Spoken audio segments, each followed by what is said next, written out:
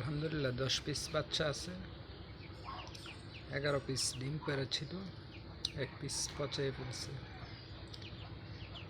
10 piece আজকে 5 দিন, খুব সুস্থ মানের, ভালো আছে। আরেকটি হুটাইছে, 8টি, 10টির মাঝে 2টি নষ্ট করে ফেলছে। খুব ভালো মানের, চঞ্চল সুস্থ আছে সব।